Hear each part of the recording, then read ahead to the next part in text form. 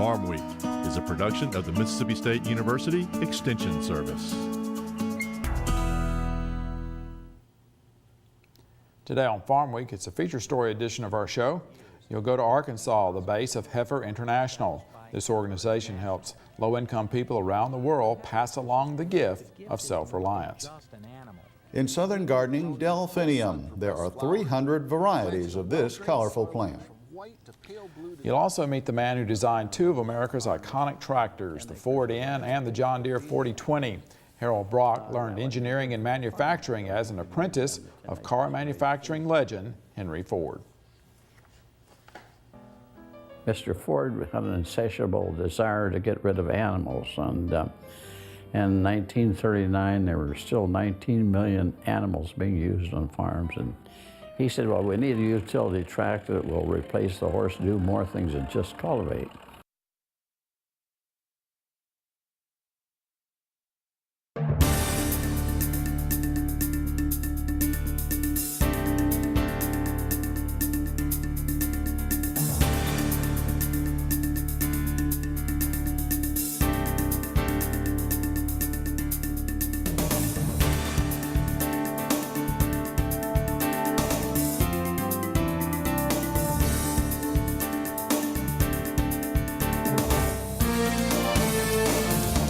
Good day, everyone. I'm Leighton Spann. And I'm Artis Ford. Welcome to Farm Week. Today it's an all-feature story edition of our show.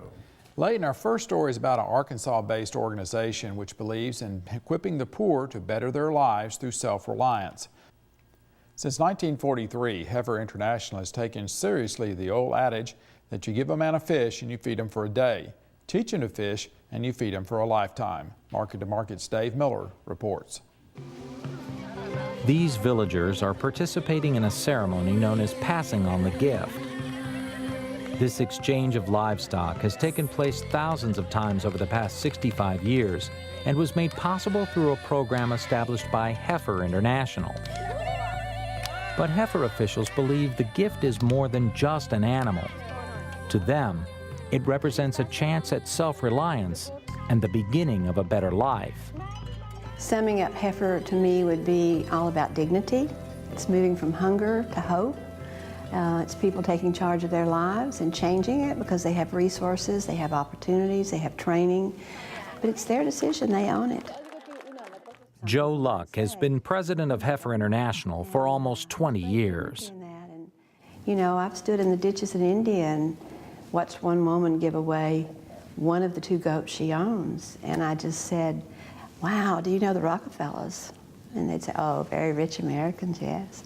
I'd say, well, they're very generous and they've done a lot for philanthropy, but I've never known one to give away 50% of their wealth at one time, and you just did. Heifer International was founded in 1943 by Dan West, a member of the Church of the Brethren. West had assisted refugees during the Spanish Civil War in 1939 and realized the aid he was dispensing only helped in the short term. Believing some kind of long-term assistance was necessary, West formed Heifers for Relief.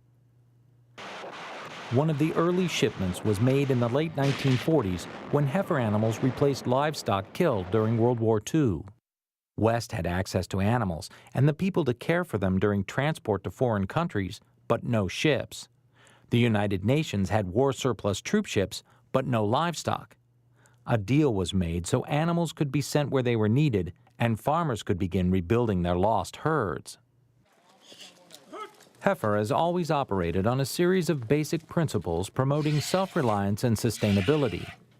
Known as the 12 cornerstones, employees, volunteers, and recipients hold to a set of ideals that include accountability, sustainability, and sharing. Heifer was founded as a Christian relief organization, but the non-denominational ministry recognizes all forms of spirituality. We will never forsake our Christian roots. We would never do that. Dan West is our founder, was a Brethren and a farmer. Still, we hold him in the highest esteem that he had such a vision.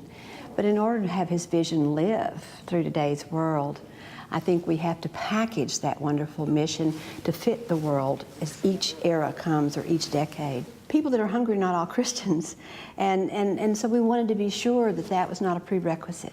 What we want to do is end hunger, not just ask them what their faith is. Since 1944, the Little Rock, Arkansas-based group has touched nearly 13 million families in more than 125 countries, including the United States. Heifer employs 1,000 people in 40 countries who are assisted by thousands of volunteers. The annual operating budget for the non-governmental organization has increased over the past 20 years from $7 million to more than $130 million, with donations accounting for more than 75% of the total. Most people learn about Heifer through word of mouth. Representatives of the agency do make presentations, but only after being invited and conducting an assessment of the needs for a village or region. Then they take applications from those in need. Once accepted, recipients must participate in a training program before being given an animal. While the contract that is signed does not allow for the gift animal to be sold, it does allow for the sale of byproducts like milk, eggs, or wool. Each participant is then obligated to make available the offspring for others in need or to help train others. In recent years, Heifer has become more than just a nonprofit humanitarian aid agency giving animals to the impoverished. It now provides trees, seeds, and training in how to plant and grow them in a sustainable manner. The end goal remains the same, helping those in need lift themselves out of poverty. In the early years, many animals sent to other countries came from Heifer's ranch in Perryville, Arkansas, but that practice stopped in the 80s. It was going to cost this country over $250,000 just to pay for that flight, and it was not necessarily the right care for those animals. It would be a hard trip. It would have been good, but maybe not the perfect, breed for that country and that climate. And I said, I think we're going to have to take a fresh look. Heifer's Arkansas Ranch also served as the training ground for techniques in sustainable agriculture. Today, it helps connect young people with the land, as well as giving them an understanding of challenges faced in third world countries. But a few courses are still taught by local instructors. I don't remember 3,000 people a year who have taken my classes, but a lot do come back and says, yes, you taught me this 10 years ago. Thank you very much. I've done this with it. I've done that with it. I've moved forward or whatever. And it really helps when a heifer partner comes, a heifer recipient, a farmer who's trying to help his family. And we've been able to do something here that they have gone back and now their children have a better livelihood because of what we taught them here. That's a success.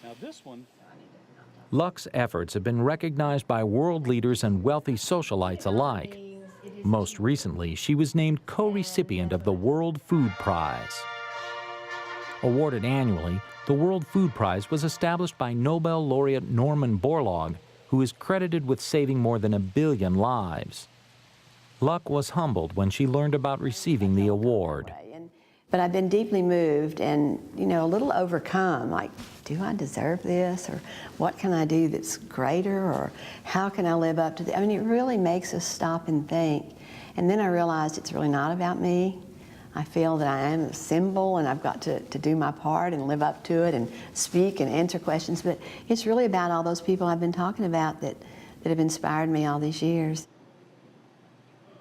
Like most Heifer employees, it's not the paycheck that keeps Luck coming back to work each day, but what she can accomplish for others. As a hands-on administrator, Luck has traveled around the world and witnessed the passing on the gift ceremony in several foreign countries. But she also is accustomed to danger. While carrying out her duties as president, Luck has been robbed at gunpoint and shot at by snipers. If you love what you're doing, you go for it, and if it's risky, you just hope you come out the other end. If not, what a great way to go, making a difference.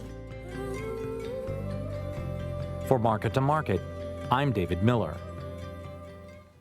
And if you're interested in watching this story on Heifer International again, you can go to our website, farmweek.msucares.com. We'll also have links to the Market to Market website where you can see the story as well as read the script. We'll also have a link to Heifer International. That's farmweek.msucares.com. And Leighton, some people may not realize it, but Heifer actually also operates in the United States. That's right, and in Mississippi, such as I believe with the Winston County Self-Help Cooperative.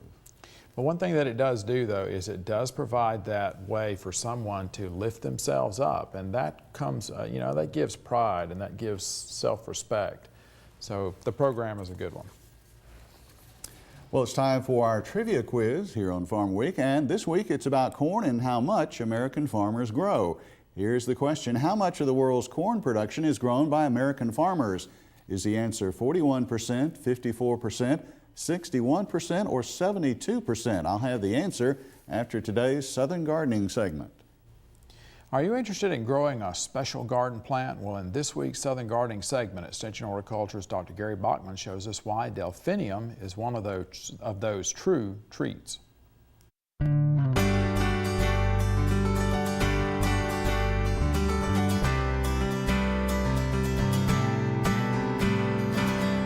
One of the treats of the spring garden are delphinium.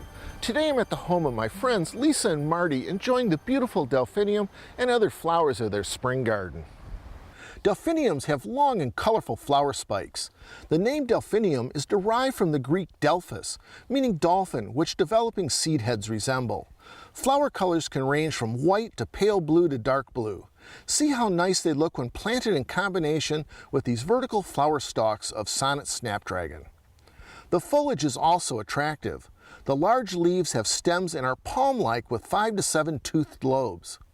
These are clustered towards the base with some that branch off the flower stem. Delphiniums need to be grown in the full sun for best flowering. Plant in a well-drained soil amended with composted materials. Delphiniums need to be planted in the period from November to early February. This is a time well before flowering, but it allows the root system to grow to be able to support the flowering show. Because of the height of the flowering stem, staking is required. Delphinium requires a little extra feeding to flower optimally. Use extra compost or organic fertilizers sprinkled around the base of the plants in the spring.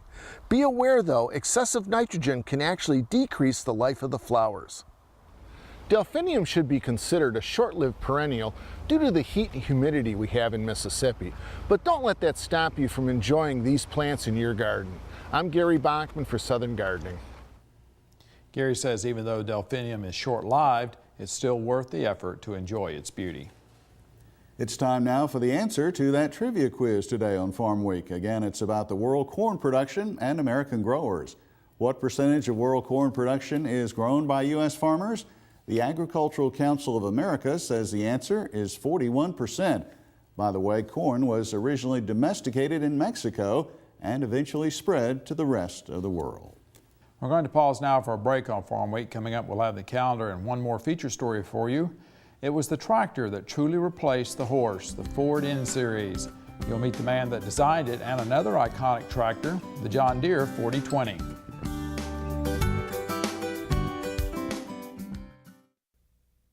Prepared? Absolutely. It's so tempting to skip the conditioning when what I really want is the adrenaline rush. But without stretching, you can sure get hurt. Training builds stamina and gives you the endurance to bounce back from the twists and strains along the way. So yes, I prepared for my marriage. Until death do us part. Prepare for your marriage. Before we get back to our last story, let's look at the Farm Week calendar. Mississippi State University is holding its annual North and South Dairy Field Days next week. The hours are 8:30 a.m. to lunch at both field days. The lunch will be served and the agenda will be the same at both sessions. Dairymen will be updated on interstate milk shipments and changes in the pasteurized milk rules, ways to lower somatic cell counts, and strategies to meet the proposed changes in somatic cell count regulations will be covered. The North Dairy Field Day will be held Tuesday, June 28th. The location will be the North Mississippi Research and Extension Center on Highway 145 at Verona. The South Field Day will be the next day, Wednesday, June 29th. The location is the Southwest Event Center on Highway 48 East at Tylertown. Once again, the time and the agenda are the same at both field days. Commercial, business, and educational exhibitors will be on hand at both events. Go to our Farm Week website at farmweek.msucares.com for information on these and other events. Now check out this Farm Week snapshot.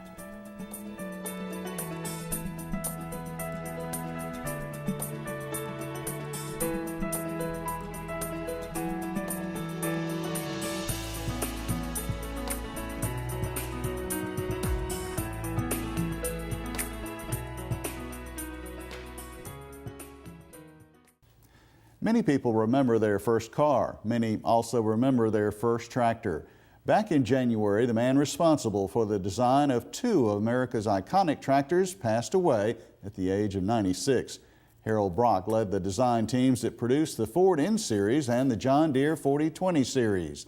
Through his work with Henry Ford, Brock got to know some of the nation's greatest inventors, including Thomas Edison and George Washington Carver. Market to Market's Chris Gorley produced this story.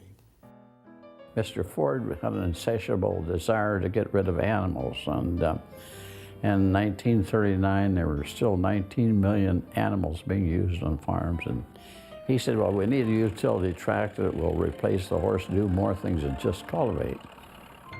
When he gave me the assignment, he said, well, if you can design and we can produce a tractor that won't sell for any more than a team of animals, the harness, and the 10 acres of land it takes to feed the animals, that would be good for the farmer because he could use then the 10 acres to raise food for himself, for other people. So that was the challenge, and that price was $585.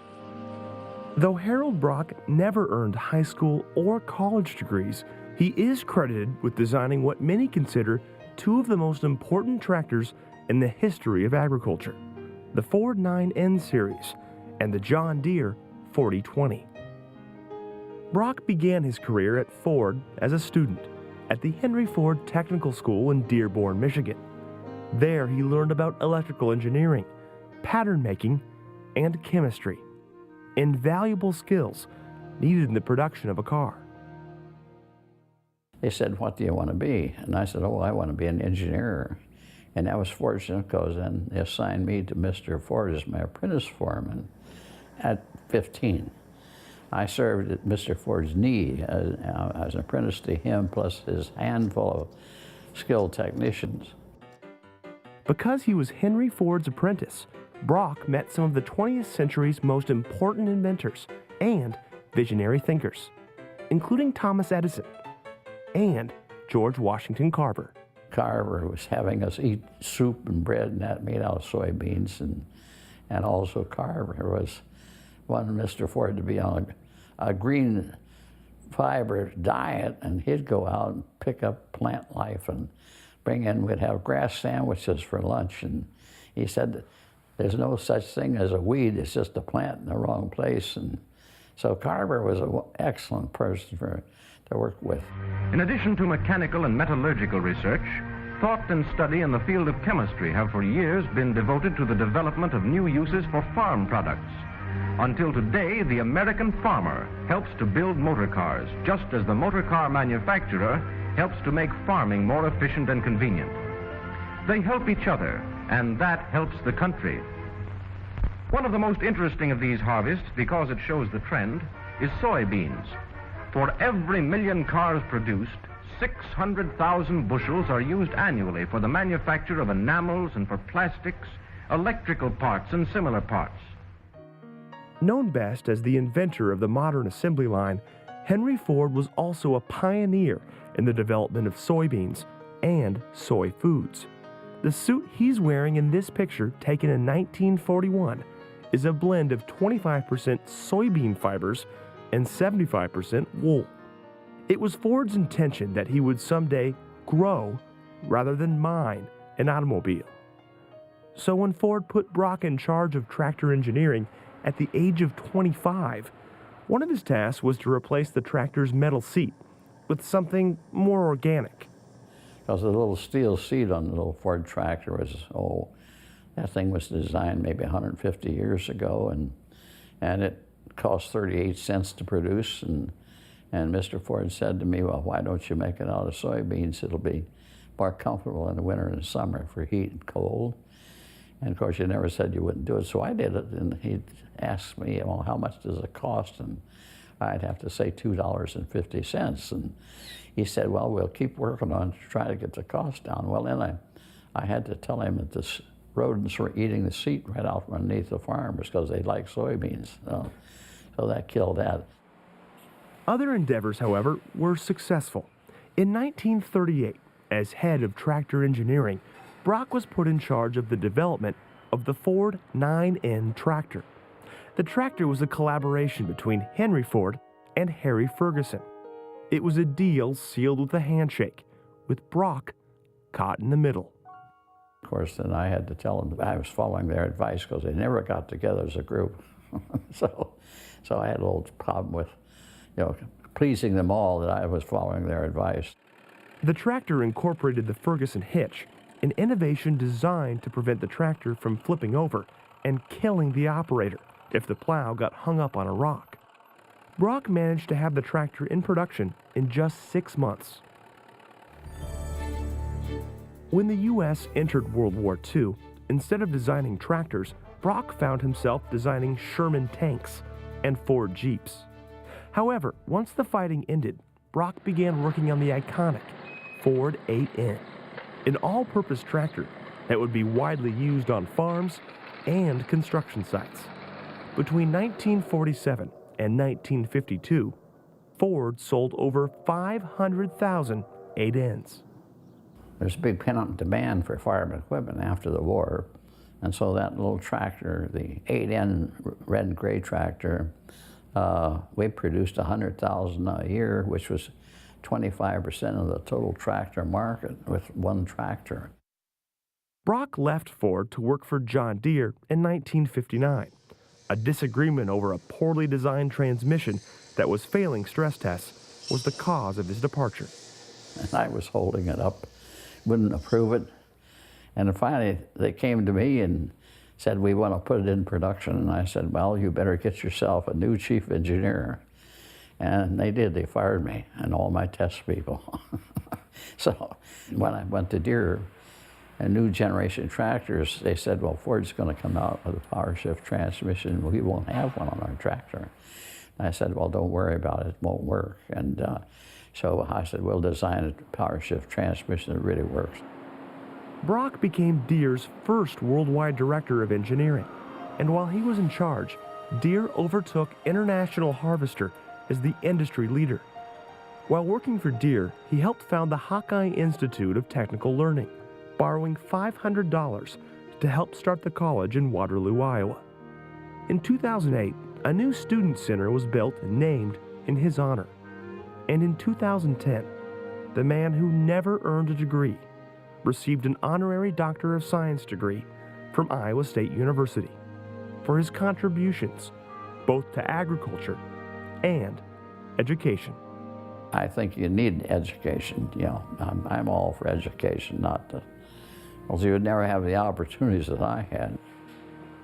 Harold Brock passed away in early January of 2011 at the age of 96. While the man is gone, his contributions to agriculture will be with us for quite some time. I'm just happy to give credit to all of my people in both the ag and automotive group that helped me accomplish what I accomplished. So it didn't come by me only. If you're interested in watching this story again on Harold Brock, you can go to our website, farmweek.msucares.com. We'll also have links to the Market to Market website where you can see the story as well as read the script. Again, farmweek.msucares.com. And Harold Brock, definitely part of what's often called that greatest generation, I guess. Yeah, I would think he would go in that. I mean, the 9N was really important because it did have that first functional three-point hitch, and that gave it utility. And then, of course, it had the ability to replace a horse and a mule has a lot of utility. You can pull a cart with it, you can plow, you can do all that. Well, that was what happened with this tractor. That tractor came in, and you could actually do those things with it, and you could run it for less than what it took to run a mule. So Henry Ford was very smart in terms of doing that. One of the things I was thinking too is that, you know, what a design, because I know you could travel within 50 miles of where we're sitting right now. You'd find one. You would find an 8N sitting beside the road, probably painted, probably running, and you could use it to plow your garden with. I mean, so we're talking about a tractor that's stood the test of time. That has stood the test of time. And of course, Mr. Brock, you can go on the web right now, type his name in, you'll see his name pop up. I mean, he really thought out of the box, came up with the N series, but then also the 4020 John Deere, which is, I guess you could say, the ushered in the modern tractor. Had a lot of things that it did as well. So definitely thought out of the box in terms of that, and definitely well deserving of those accolades. Well, we are at the end of Farm Week for this week. On our next show, we turn the spotlight on us. Farm Week celebrated its 33rd anniversary last October. Farm Week first appeared on the air October 3rd, 1977. Well, the show has changed during the years, perhaps more than you think. Tune in and see what you can recognize from years past. You may even think you're looking at my son. And if you want further information on Farm Week story, please get in touch with us. You can write us. That's Farm Week, Box 9625, Mississippi State, Mississippi 39762. Or you can get in touch with us via telephone. That's 662-325-2262. You can also contact us on email, farmweek@ext.msstate.edu, or you can get in touch with us through your county extension service office. If you've got a story idea, we need to hear from you, and we can't tell you yes until you get in touch with us. For the rest of the Farm Week crew, I'm Artis Ford. And I'm Leighton Spann. Thanks so much for watching. We'll be back next week.